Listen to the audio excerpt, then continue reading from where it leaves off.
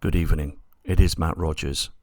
On this new broadcast we're going to speak about Nibiru, Planet X, the coming cataclysm.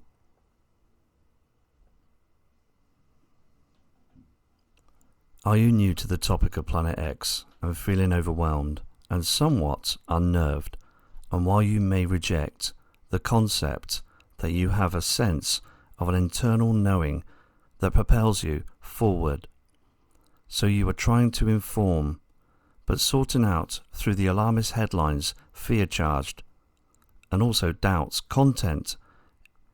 Consequently, you're not sure what to believe, and if you sense that this is not a coincidence, you are absolutely right. Nevertheless, some of you lay awake at night staring at the ceiling, reluctant to fall asleep, only to have that god-awful dream. Once again, you know the one. It is real, it is vivid, and so troubling that you dread falling asleep. Or was it just a simple task of asking yourself, what exactly am I looking at? Only to have the question ripped the blinders off your head, and you no longer enjoy the bliss of ignorance. So matter how did you get to this point of its unsettling place to be, and what you want and need now is peace of mind. The first step to achieving that is to understand exactly what we're up against. This is because most of us understand the long after the beans and bullets and the bunkers have played out.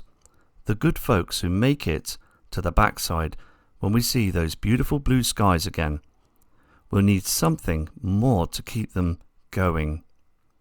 That is why surviving what is to come is not about preparing against what you fear, rather than preparing for what you love. Because holding on to each other is far more important than holding on to things. To help you prepare for what you love, this program gives you the who, what, when, where, why, and how about Planet X. The goal here is to help you gain confidence in your own ability to get a good beat on things. So let's take a look ahead at what you'll see in this program. For starters, we'll look at the different names used by Planet X, or what terms actually means. Then we'll take on the debunker rant that Planet X is an internet hoax, with the first upbeat kind of broad brush view of Planet X history from 1781 to the present time. This is because the only truth that matters is the truth that you put inside yourself, in your own time and in your own way. This path of knowledge, and you'll find out of a sense of self you need to survive the years ahead with love and hope for the future. So let's get a start.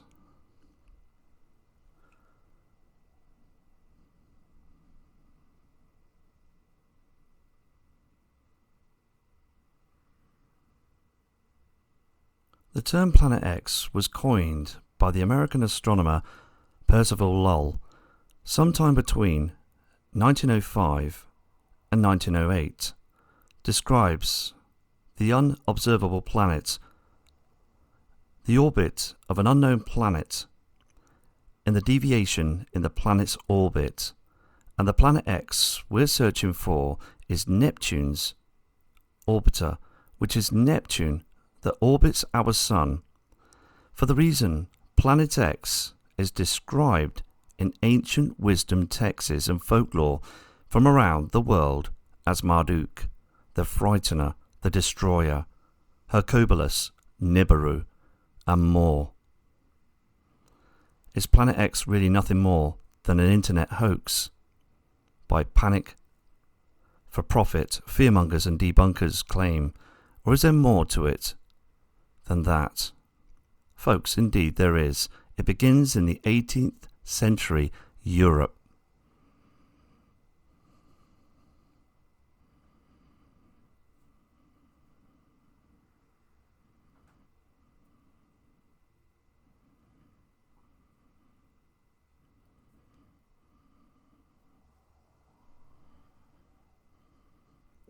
On March 13th, 1781, William Herschel discovered Uranus, making it the first planet to be discovered with a telescope.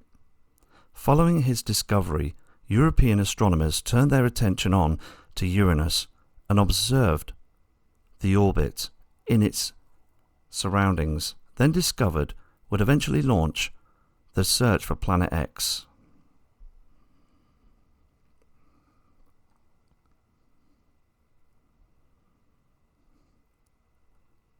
If one was to choose the father for Planet X research, it would have to be Alex Bavard. The French astronomer observed the orbits towards our solar system of Uranus that attributed them to be existence of a known planet, the first planet X. Unfortunately, Bavard died before the coordinates of Neptune could be mathematically determined by the French mathematician Urbain Gouin and British mathematician John Couch Adams. Using Bavard's observations, he gets the official credit because he relied on those coordinations to the astronomer John Gull of the Berlin Observatory, and 5 days later Neptune was observed by Gull on September the 23rd. 1846. This made Neptune the first planet to be discovered by a mathematical prediction. So Neptune was also the first planet X to be discovered. Calculations based on the orbits of Uranus and Neptune indicated that the presence of yet another planet X, well beyond the orbits of Neptune. And so the search resumed, not in Europe, but in America.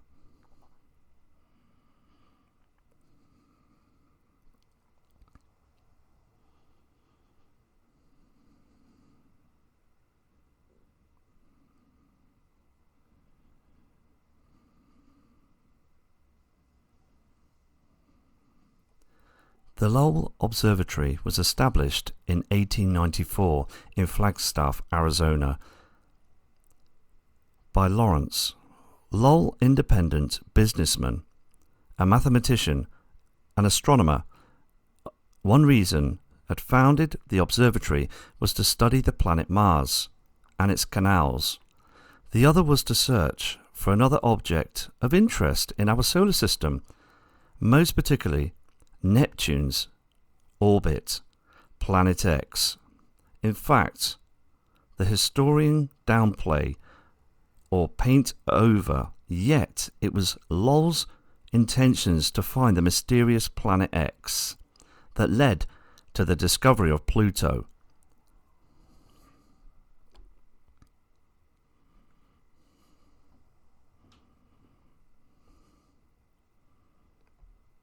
In 1929, 14 years after the death of young astronomer of the name of Clyde Tombaugh, retained at the observatory to carry on the search for Planet X.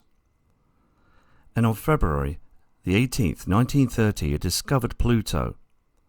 At the time, the astronomers believed he had found Planet X, Neptune's orbit. Consequently, the topic of Planet X languished for some time after Tombaugh the discovery. However, after the discovery, Pluto's moon, Charon, in 1978, was determined that Pluto lacked the mass of Neptune's orbit, as only about 60% of the size of our own moon. So with that, the search for Planet X was once again afoot. It's also interesting to note that Pluto was later demoted to a status of a dwarf planet in 2006 by the International Astronomical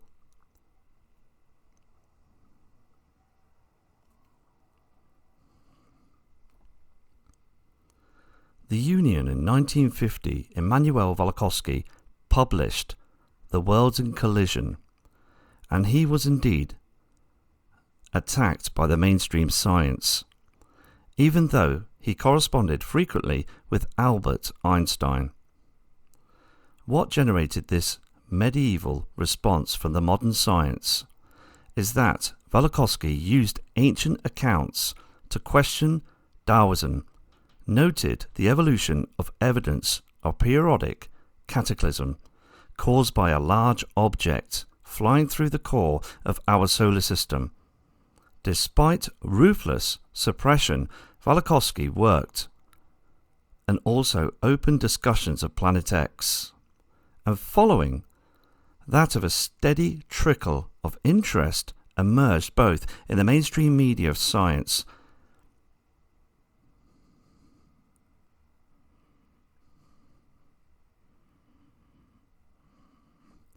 The media on March the 3rd, 1972, NASA launched the Pioneer 10 spacecraft to explore the outer planets.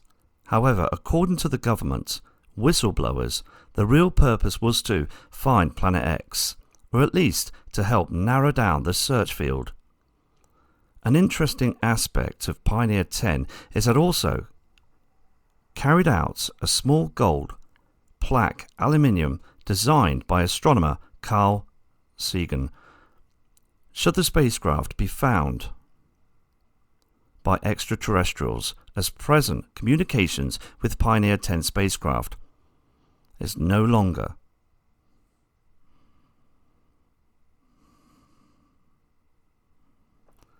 possible following the launch of Pioneer 10, the topic of Planet X would have languished again had it not been for Zecharia Sitchin, the author of The 12th Planet, which was first published in 1976. According to his translations of ancient Sumerian texts, a race of beings living on a planet called Nibiru, bioengineering early humanoids on Earth to turn them into slaves for the purpose of mining gold, called the Anunnaki. These beings lived on the planet called Nibiru, what we call as Planet X today, and the accounts tell us that the orbits of our Sun every 3,600 years and flies through the core of our system, often causing great cataclysms on Earth. These translations and theories are by the ancient wisdom of Texas and the Bible, according to Planet X historian Greg Jenner in his book Planet X and the Bible Connections, previous flybys of this mysterious object that is sinking of Atlantis and the deluge of the 10 plagues.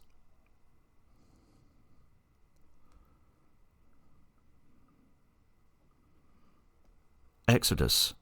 Also, Sitchin was continually mocked and attacked by the fundamentalists of our government, took his work seriously. On January the 2nd, 1983, NASA launched the infrared astronomical satellite IRAS.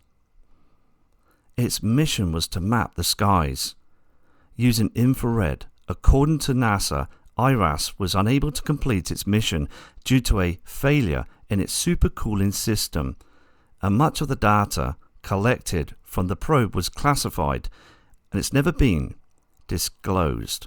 Several government whistleblowers state that this was a cover-up because NASA shut down the IRAS after it was imaging Planet X. Their accounts parallel to the article published by the New York Times on January the 30th, 1983, shortly after IRAS launched. Evidence assembled recent years has led several groups of astronomers to renew the search for the 10th planet. They are now looking into more time and visual observations with a 200-meter telescope in Mount Palomar in California. They're now tracking 2 Pioneer spacecraft, now approaching the orbits of the distant Pluto, to see if the variations of their orbits provide clues to the source of the mysterious force. And they are indeed hoping that a satellite-borne telescope launched last week will detect heat signatures from the planet, or whatever it is that can't be seen out there. It is important to note that the team and also the term Planet X was also used to refer a 10th planet. However, after Pluto was demoted to a dwarf planet in 2006, the definition became relevant. But what is relevant is what IRAS imaged and the consequences of those.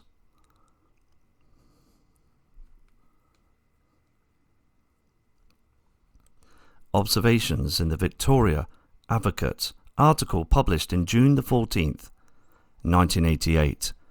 NASA astronomer Dr. John Anderson was quoted as saying, from the Pioneer 10 spacecraft, indicated the evidence of Planet X. Also noted that this article was sourced from Google News and was featured also in March of 2012. The article that was titled Planet X Cover-Up in the Mainstream Media, followed by the publication of the article. The entire June 14th, 1988 edition was deleted from Google News site. However, a complete copy is available from other sources. But indeed it is relevant here is Anderson as a NASA astronomer with one heck of a resume. And what he said in 1983 brought the article explained powerful. In the article, he stated, we have 90 to 99% confidence that Uranus and Neptune are being disturbed, and by one candidate that would be a single planet X. And at that point, our governments become more interesting and also keeping public attention focus much closer to home. After all, you can't see it. It is not there. So go back, please, and sleep. Nothing to see here, folks. However, a few curious minds, like us folks, have other notions.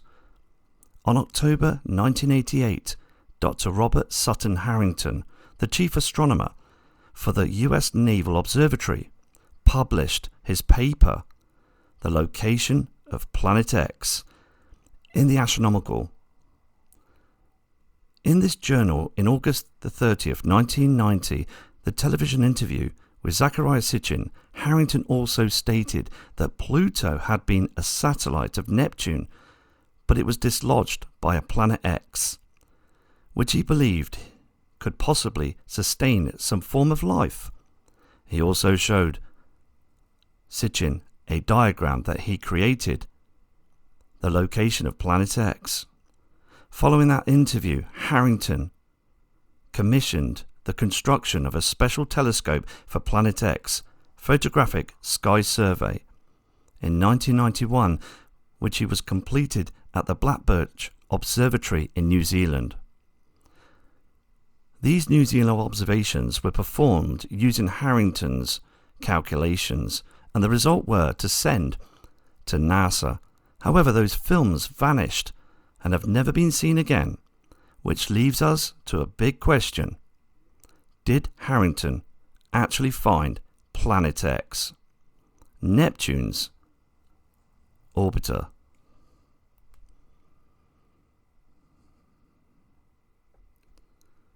In 1992, Sitchin produced a documentary titled Are We Alone in the Universe?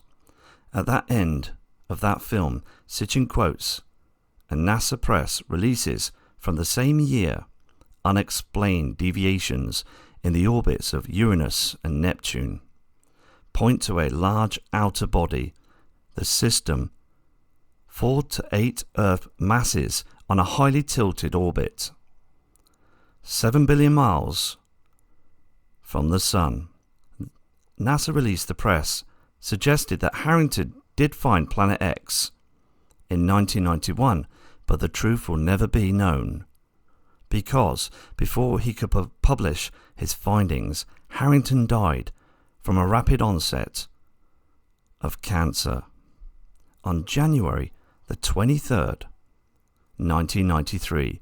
His New Zealand findings suppressed, and having died before he could publish his findings, many believe he was assassinated. One of the reasons given by those who subscribed to the theory of an assassination was by Charles Worley of the U.S. Naval Observatory.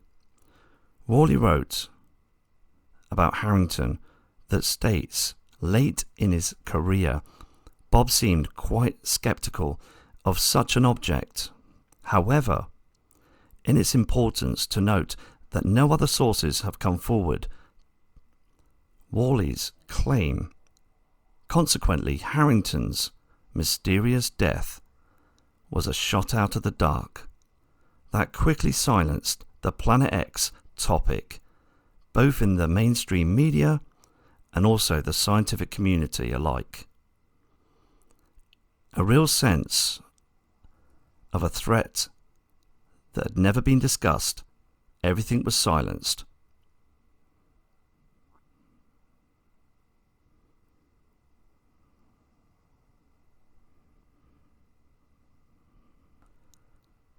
We're going to continue about the research of Planet X on another very interesting broadcast. Please take care. Please look up towards the heavens, because something is changing now for the year 2024. Many things are happening now. I'm going to continue again the topic of Planet X in the next video. From Matt Rogers.